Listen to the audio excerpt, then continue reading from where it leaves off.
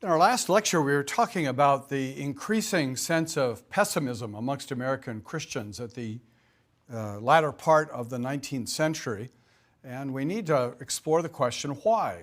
Why was the mood of the nation changing, or at least the mood amongst religious people, thoughtful people, about the future of Christianity becoming more pessimistic? And I suppose the simple one-word answer is science. And I want to try to explain exactly what I mean by that. The rise of natural science, the rapid advance of natural science in the West that has led to so many remarkable accomplishments in our time, whether we think of astronomy or medicine, so many things that have changed. That development of science really began in the 17th century, moved on into the 18th century, and began to develop an even more rapid pace in the 19th and, of course, 20th centuries. In the 17th and 18th century, Christianity and the developments of natural science were seen as completely compatible and friendly. Indeed, many of the finest scientists of that period were Christians, some of them even clergymen. And so the notion that there is a necessary or inevitable opposition between Christianity and science is just a false dichotomy, a false opposition. Christianity has never been the enemy of science. It has never been the enemy of learning. It has never been the enemy of an exploration of God's universe. Certainly, at least Protestantism has never been an enemy of science in that sense. But as the 19th century wore on, explorations in science seemed to be developing in ways that conflicted with traditional Christian understandings of the Bible. And that's where tension between natural science and Christians began to emerge. Although recent studies of the war between religion and science in the 19th century have revealed something very interesting. That the war was initiated from the side of the scientists, not from the side of the theologians. By and large in the 19th century, Christian theologians continued to believe that they could have friendship with science and that science would not develop in ways that fundamentally undermined Christianity. But increasingly, there were scientific leaders and thinkers who were themselves anti-Christian and began to use their scientific convictions in opposition to Christianity. So when your friends tell you there's a war between Christianity and science, depending on how antagonistic you want to be and obnoxious, you can smile and say, yes, there is a war, and science started it. Christians should still, to this day, believe in science and believe that ultimately science can never come to any conclusions at fundamental odds with what God has revealed. All truth is one. All truth is God's truth. We are not opposed as Christians to science. We are opposed to the claims of scientists that they have reached a final truth that finally disproves the truthfulness of the Bible. Because if you study science in the last 400 years, and you study theology in the last 400 years, who's changed most, do you think? Not the theologians, it's the scientists who keep changing. And each time they change, they assure us that they know absolutely what is true. There was a time when scientists knew absolutely that the atom was the smallest component of material reality. And then you found things inside the atom. Those were the smallest things. And now there are things inside those things. I don't know what they're called. I'm sure some of you do. I have a theory. It's only a theory. It's a speculation. God has created this universe and He's made it finite.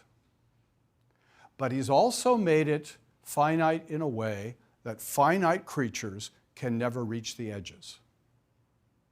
No matter how far out we look, we'll never reach the edges of the universe. No matter how far back we look, we'll never find the beginning of history. No matter how far into the atom we look, we'll never find the smallest material. I think God's playing games with us.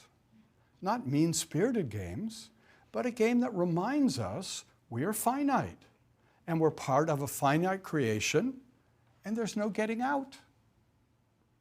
And it should lead us to humility. It should lead us to investigation. It should lead us to a fascination with the world that God has made. It's right to be fascinated with the stars and learn all that we can learn, but it's God's universe. It's finite, but we're not getting out. Just a theory, but I'm entitled to my theory.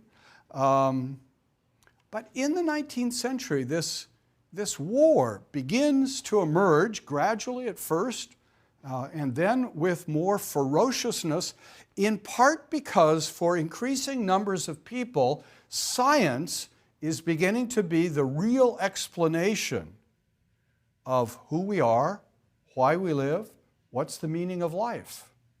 Science is beginning to take on a philosophical component that is becoming explanatory, not just of a narrow area of natural knowledge, but of what life is all about. And increasingly, for many people in the 19th, 20th, 21st century, science will become the great authority. Science will be revered. And again, I think our Christian response is not to despise or disparage science, but to say, doesn't science have limits as to what it knows? The fact that you're a brilliant scientist does not guarantee that you're a brilliant philosopher about the meaning of science beyond its empirical reality. Well, what are the areas where science begins to develop in the 19th century that begin to challenge Christians and challenge some received aspects of Christian truth? Well, the first area we've already talked about, the so-called science of biblical criticism, the so-called science of the study of the Bible to find out where it came from, how it was put together, how it's composed. And that was all proclaimed to be an entirely scientific enterprise. We'll be able to evaluate the styles of different writers of people in the Bible, and that'll tell us where different hands have been involved in the creation of the Bible. It'll show us how the Bible has evolved, how books of the Bible have been pasted together. It was all claimed to be a very scientific endeavor. But it didn't really have the essential characteristics of science of real ways of external evaluation as to whether these claims by very learned scholars were actually true.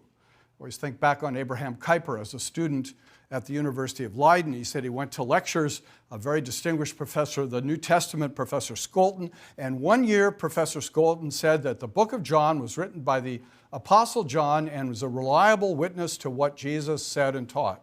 2 years later, he heard lectures by the same Professor Scholten, and he said the Gospel of John was not written by the Apostle John. It has no reliable witness value to what Jesus thought and taught.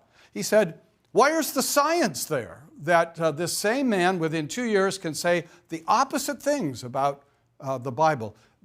He may have those opinions, but they're not really scientific. They're not really verifiable. They're not really certain.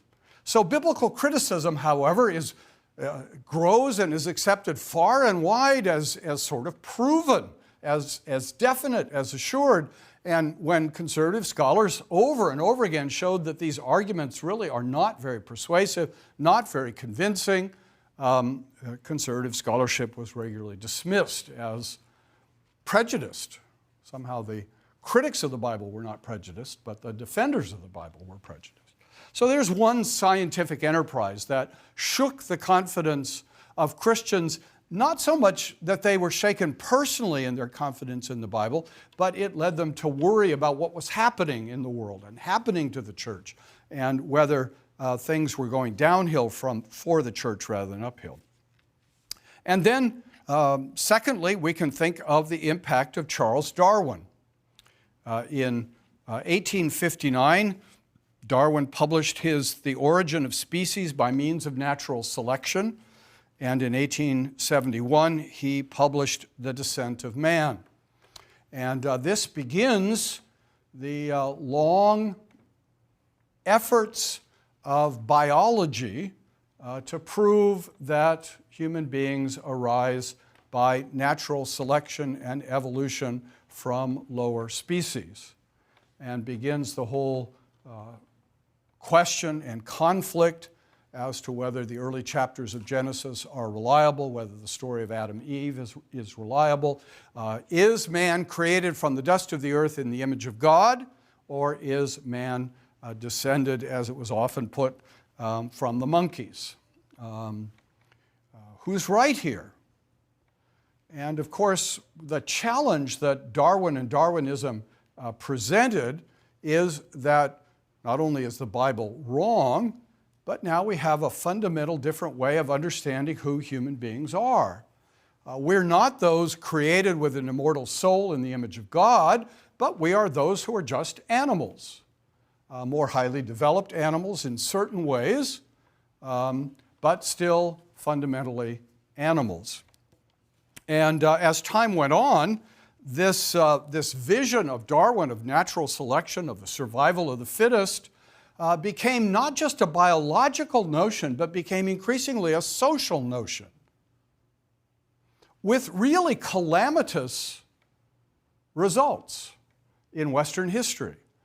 Now, those who want to defend Darwinism and want to continue the attack on Christianity are often very hesitant to really face the historical reality, in my judgment. Everything I'm saying is in my judgment. I won't keep saying that because you should be able to figure out this is in my judgment. But I think many moderns are unwilling to face the fact that when Adolf Hitler came around and said some races are superior to other races, that's really an effect of social Darwinism. Some races will survive and others will not survive. That's just evolution. Why should we object to that? One of the first things that Adolf Hitler did when he took power in Germany was to begin a program of euthanasia to kill off handicapped people and handicapped children. He had to stop it because parents didn't like that. There was a continuing witness in the hearts of people that even disabled people were made in the image of God. Even disabled people had a value. They can't just be taken out and killed so that the master race might be stronger and purer. But don't think for a minute that part of the attraction of the message of Adolf Hitler wasn't that he seemed so scientific. I remember talking to a young man whose parents had been very pious Lutherans in Germany, and with the rise of Nazism, he had gone off to the Hitler Youth, and he said, we were overwhelmed with a sense. We were the wave of the future. We were facing the brave new world. We were being scientific. Our poor parents were just benighted, caught up in the past. We were modern people. And I don't want to say that all of that is Darwin's fault personally. But that if you really embrace the notion that we're all just animals, that it's a survival of the fittest, that weaker species do die off over time, how exactly do you answer the racists who insist that they are the wave of the future and supported by science? That has to be faced as a serious question if there's no alternative. And of course, part of what goes on here is a kind of determinism, isn't it? You can't determine your race, you can't change your race, you can just live or die. You can kill or be killed. And that's one of the really disturbing factors of a lot of the alternatives being offered to Christianity in the 19th and 20th century. A lot of these alternatives are deterministic alternatives. The prize of freedom is being taken away. It's ironic. They hate Calvinism because of its view of the sovereignty of God, They get rid of God, but they don't maintain human freedom. They plunge humanity into an even greater loss of freedom. And so the sense that science is opposing the faith, is undermining the Bible, is changing our notion of who human beings are, is a big factor of a changing mood amongst Christians in the later 19th century. And then there's Karl Marx. Karl Marx in 1848, with Friedrich Engels, published the Communist Manifesto. There is a specter haunting Europe, the specter of communism. One wag late in the 20th century said there is a specter haunting communism, the specter of Europe. But here in the middle of the 19th century was this notion that there's this new social, political, economic movement, the movement of communism. And in 1867, Marx published the first volume of his Das Kapital, which was his view of history and economics and where history was going. If Darwin was something of a biological determinist, Marx becomes an economic determinist. How is history driven? Where is history going? It's driven by economics. Now, regrettably, we all know that Karl Marx is nearly always right. An awful lot of human decisions are driven by economics, but not all, not everything. And Marx's vision was not just that history is driven by economics, but it's driven in a particular way and to a particular outcome, a particular destination. And societies will go through a definite, inevitable pattern from the agricultural to the formation of capital to the overthrow of capital and the eventual introduction of the dictatorship of the proletariat. And therefore, there is an inevitably revolutionary dimension to the movement of history. And in fairness to Marx, his vision is somewhat utopian. There's going to be this grand day coming when all of us will share equally in the wealth of the nations. And there'll be freedom for everybody. This was the grand vision. This is what attracted so many people to socialism and to communism in the 19th and 20th century. They looked around and they saw so much economic inequality. They saw so much grinding poverty. And they said there has to be a solution to this. There has to be a way to improve this. And the message of socialism, and for some, the more radical message of communism, Marxism, really seemed to be the wave of the future. And they were assured, get on the bandwagon now. This is inevitable. This is going to work out. It's going to be glorious. And again, the reality fell somewhat short of the promise. And what became of the great communist experiment? Well, it degenerated into Stalinism. Adolf Hitler was not a prince, but Stalin was worse.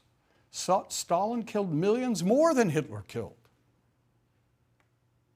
And it was murder in the name of building this just, equal society. But it's remarkably parallel to the French Revolution that started with such ideals and descended into terror and into dictatorship. Exactly what happened with Stalin. And the promise of social equality was betrayed. The party bosses had the big cars and the good apartments and the good food. And yet, for a long time, that vision of Marxism gripped intellectuals in the West. As one cynical friend of mine says, Marxism has ceased to exist except in American universities. But there were many who, even when they knew what Stalin was doing, said, well, this is just part of that inevitable conflict of history that we have to work through. The vision remains, the hope remains, and it'll happen. because it's determined. Scientific study of economics and history assures us that this is what is going to happen.